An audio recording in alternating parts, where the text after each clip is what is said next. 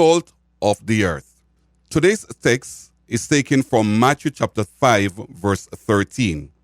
Ye are the salt of the earth, but if the salt has lost its savor, wherewith shall it be salted? It is thenceforth good for nothing, but to be cast out, and to be trodden under foot of men. Just before Jesus told his disciples that they were the salt of the earth, he said to them, Blessed are ye, when men shall revile you, and persecute you, and shall say all manner of evil against you falsely for my sake. Rejoice and be exceeding glad, for great is your reward in heaven. For so persecuted they the prophets which were before you. Matthew 5, verses 11 and 12. This fifth chapter in the book of Matthew also contains what is usually called the Beatitudes. Now, the structure of the Beatitude reveals that the followers of Christ remained faithful and hopeful although they were in mourning. Some were poor in spirit, others were hungering and thirsting for righteousness. It is at this time Jesus compared their struggles with the prophets and assured them that their rewards will equally be great. With this backdrop, and despite what they were going through, he said that they were the salt of the earth. In other words, they were the moral preservative for those who would abuse and persecute them. If an officer of the Roman army or empire was amongst the multitude, his interest would be at its peak when Christ said, Ye are the salt of the earth. This phrase would have grabbed his attention because a Roman soldier's monthly allowance was also paid in salt. The English word salary is a derivative of the word salt. Salt, then, had a little bit more importance and value in the days of Christ than it is today. Our homes are equipped with refrigerators used to slow down the decaying of perishable products. When Christ said, You are the salt of the earth, salt at the time was also used to preserve perishable provisions. Therefore, a person, especially one with a large family who had much to preserve, would need to have a lot of salt. In the case of the soldier, salt would be the reward of his faithfulness at the end of the month. Jesus used the analogy of salt to tell us that Christians are supposed to be the moral preservative in our world.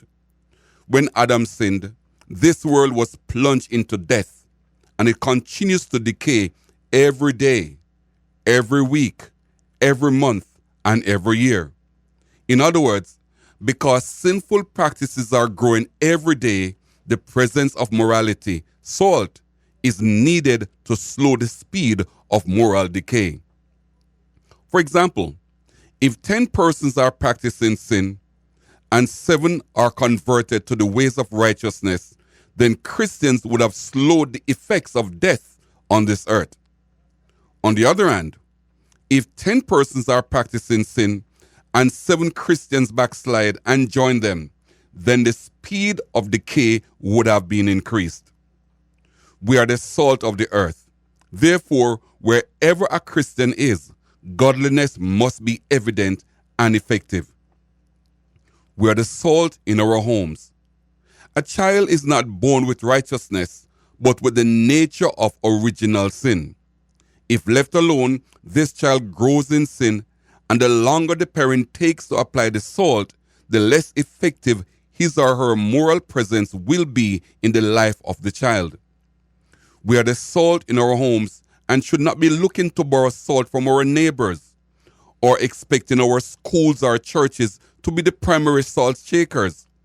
We are the salt in our homes, not televisions, not YouTube, not Google, or any other social media that even makes our children antisocial. We are the salt of our homes not only to our children, but to our spouses, especially those who are not Christians and share a different philosophy in training the child in the way he or she should grow. Our conduct and contacts with our colleagues should serve as moral preservative in our relationships with them. God would have placed us amongst persons we would not have otherwise met. It is for this reason Especially if the person is not a Christian, they should see the manifestation of God in our lives. As the salt of the earth, we should be different wherever we are. In his prayer, Jesus said, I pray not that thou takest them out of the world, but that thou should keep them from the evil. As thou hast sent me into the world, even so I have also sent them into the world. John 17, verses 15 and 18. The fact that we are sent by Jesus means that we must demonstrate the ways of Christ to everyone. Therefore, we must take heed of how we sprinkle salt on our children, spouses, extended family members, friends, colleagues, and even strangers. Salt is never used to preserve an animal that is already alive. It is used to preserve and stabilize the freshness of products that are useful in their present status. The world may be dead in its trespasses and sin, but it is not the second death, eternal separation from God.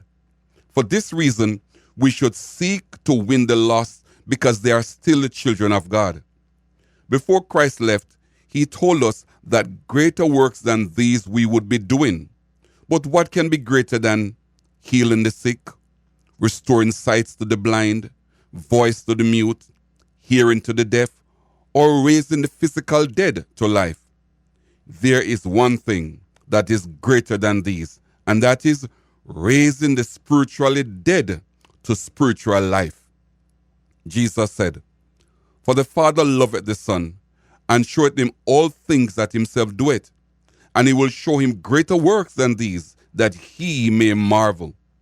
For as the Father raiseth up the dead, and quickeneth them, even so the Son of Man quickeneth whom he will. John chapter 5, verses 20 and 21. As the salt of the earth, we are sent to bring the message of revival to those who are spiritually dead, that they may become aware of the presence of God and be preserved until the Lord returns. Finally, the Lord said, if the salt loses its taste, then it would have lost its primary purpose and deserves to be thrown out. This simply means, as Christians serve the earth, we must be mindful of our connection with God, for we too can lose our faith. The contaminated or useless salt would be degraded to fill potholes for men to trample under their feet. Although we are mourning because of discomfort, or we are poor in spirit, hungry and thirsting for righteousness in a world where we are being persecuted. Despite the misuse and abuses, we must not lose our purpose and taste to a world that is morally distasteful because it is dying in death, a condition that was introduced by Adam. Like the prophets, we must remain salt of the earth. Thank you for listening.